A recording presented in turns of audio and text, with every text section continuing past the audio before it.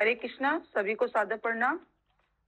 आज हम एक ड्रामा प्रस्तुत करने जा रहे हैं जिसमें नरेटर का रोल कर रही है बबीता अग्रवाल माता जी, युधिष्ठिर का रोल कर रही है सरवंती माता जी, कृष्ण का रोल कर रही है चंदा माता जी, दालभ्य मुनि का रोल कर रहे हैं दिलीप प्रभु जी, पुलस्त मुनि का रोल कर रहे हैं अशोक प्रभु जी और ब्राह्मणी का रोल कर रही है सावित्री माता जी।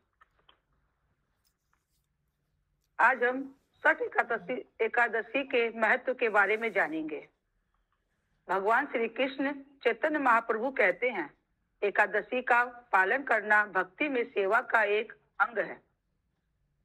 यदि कोई एकादशी के पालन का अनादर करता है तो उसके आध्यात्मिक जीवन का नाश हो जाएगा। एकादशी वाले दिन एक पवित्र वैष्णव को कृष्ण के पवित्र नामों अमृत के पान द्वारा संतुष्ट हो जाना चाहिए।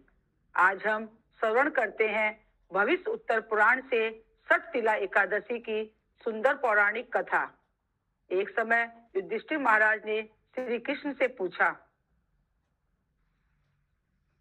हे कृष्ण, माघ मास कृष्ण पक्ष में कौन सी एकादशी आती है और उनका महत्व क्या है? कृपया इस विषय में विस्तार पूर्वक बताएं। हे राजन, माघ मास के कृष्ण पक्ष में आने वाली एकादशी को छठ तिला के नाम से जानते हैं।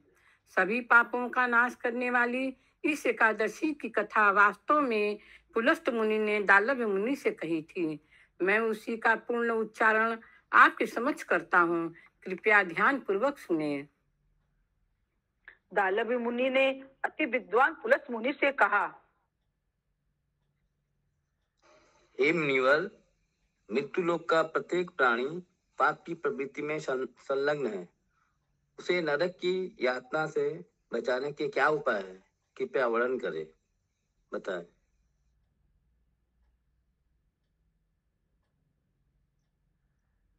हे महाराज, माघ मास के कृष्ण पक्ष में आने वाली एकादशी को छठ तिला एकादशी के नाम से जानते हैं।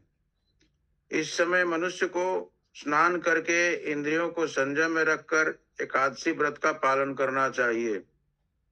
भगवान श्री कृष्ण द्वारा नारद मुनि को कही गई इस छठ तिला एकादशी की कथा का श्रवण करना चाहिए। इंद्रियों को संयम में रखना चाहिए। काम, क्रोध, अहंकार, लोभ और निंदा का त्याग करना चाहिए। परम पुरुषोत्तम भगवान का स्मरण करते हुए भूमि को स्पर्श करने के पूर्व गिरा हुआ गोबर एकत्रित करके उसमें तिल और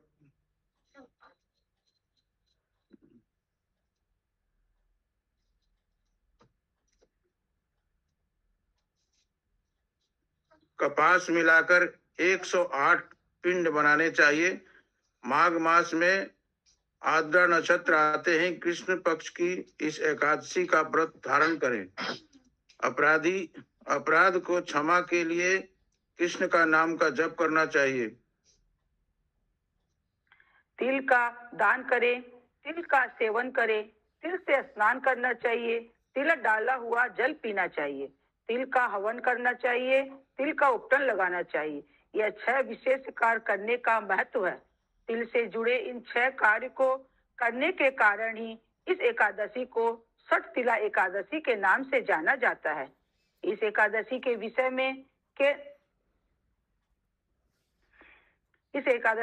में कहा गया है, जो भी व्यक्ति इस छठ तिला एकादशी के दिन तिल का दान देता है वह हजारों वर्ष तक स्वर्ग में वास करता है। पौराणिक समय में एक ब्राह्मणी रहती थी। वह ब्रह्मचर्य का पालन करते हुए वह भगवान शिव की उपासना करती और व्रत उपवास का पालन करती थी, लेकिन कभी भी उसने किसी ब्राह्मण या देवताओं को अन्न का दान नहीं दिया था। अनेक यज्ञ और तपस्या के कारण उसका शरीर दुर्बल हो गया था। वह शुद्ध तो हो गई थी, लेकिन उसने कभी अन्न नहीं दिया, इसलिए उसकी तपस्या अधूरी थी। एक दिन उसकी परीक्षा लेने के लिए भगवान श्री कृष्ण ब्राह्मण के रूप में उसके घर गए और अन्न की भिक्षा मांगी। उस ब्राह्मणी ने ब्राह्मण के वेश में आए हुए भगवान से पूछा, हे ब्रह्मदेव, आप कहाँ से आए हैं? भगवान ने जानबूझकर कुछ भी नहीं कहा। इसलिए क्रोध में आकर उस ब्राह्मणी ने भगवान के भिक्षा पात्र में मिट्टी डाल दी। यह देखकर भगवान चुपचाप वहां से चले गए। अपनी तपस्या और व्रत का पालन से वह ब्राह्मणी भगवान के धाम तो पहुंच गई, लेकिन वहां उसे संपत्तिहीन और क्रांतिहीन एक सुंदर महल मिला, जहां अन्न की कोई व्यवस्था नहीं थी। जब उस ब्राह्मणी ने यह देखा तो वह क्रोध में भगवान से पूछने लगी, हे भगवान, मैंने सभी व्रतों और तपस्या का पालन किया और आपकी उपासना की, फिर भी मुझे अन्न का अभाव क्यों मिला? हे साध्वी, तुम अपने घर लौट जाओ। तुम्हें देखने देवताओं की पत्नियां आएंगी। उन्हें षटतिला एकादशी की महिमा पूछ कर ही दरवाजा खोलना, अन्यथा नहीं। यह सुनकर ब्राह्मणी घर तो चली गई। कुछ समय बाद ब्राह्मणी के घर पर देव पत्नियां आईं। ब्राह्मणी को दरवाजा खोलने के लिए कहा। उस समय ब्राह्मणी ने उनसे षटतिला एकादशी की महिमा सुनाने को कहा। जब देव पत्नियों ने यह कहानी सुनाई तो उसने पश्चात ब्राह्मणी ने दरवाजा खोला और इस एकादशी का पालन किया, जिसके प्रभाव से उस ब्राह्मणी को अपने घर में धन ध्यान और सौंदर्य प्राप्त हुआ।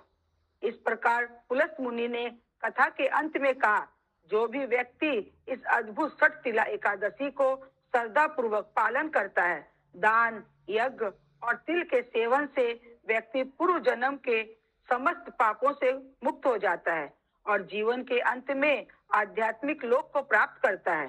हरे कृष्णा हरे कृष्णा हरे कृष्णा हरे राम हरे राम राम राम हरे हरे। हरि बोल, हरि हरि बोल, हरि बोल।